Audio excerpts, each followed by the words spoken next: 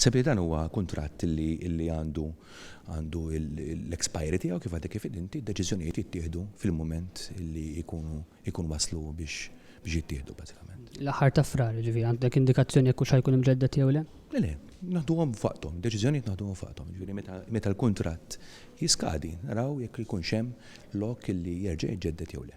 Waqtu meta ħajkun ġifieri l-mument? Meta jispiċċa l-kuntratt. Sal-aħħar ta' frar. Kuntratt oħrajn, żgur mela, sintendi. Għalhekk Meta jiskadi l-kuntratt.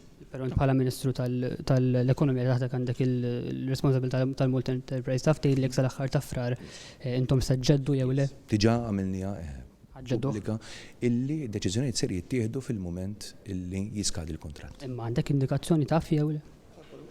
Mhux hekk. Ma fadal xahar biss, I mean, u għat tieħu paga ta' 13,000 euro fix-xahar mhux b'xajta ġifieri, u kien hemm kontroversja dwar. Mhux qed tieħu paga ta' 13,000 euro fix-xahar. Ta' kemm mela? Taf li mhux qed tieħu paga ta' 13,000 euro. Ta' kemm Ministru mela? Mistoqsija vera sempliċi ta' jekk hux ħajġġedded jew le l-kuntratt naħseb il-poplu għandu dritt ikun jaf. Ngħidlek. Fil-mument illi jkollna il-kuntratt li jkun skada, tieħed id-deċiżjoni. M'għandi problema ta' xejn fuq hekk jiena, assolutament. Għadal xahar però li inqas minn xahar għax frar fih inqas jiem. U allura. Xahar huwa żmien twil ħafna fil-politika.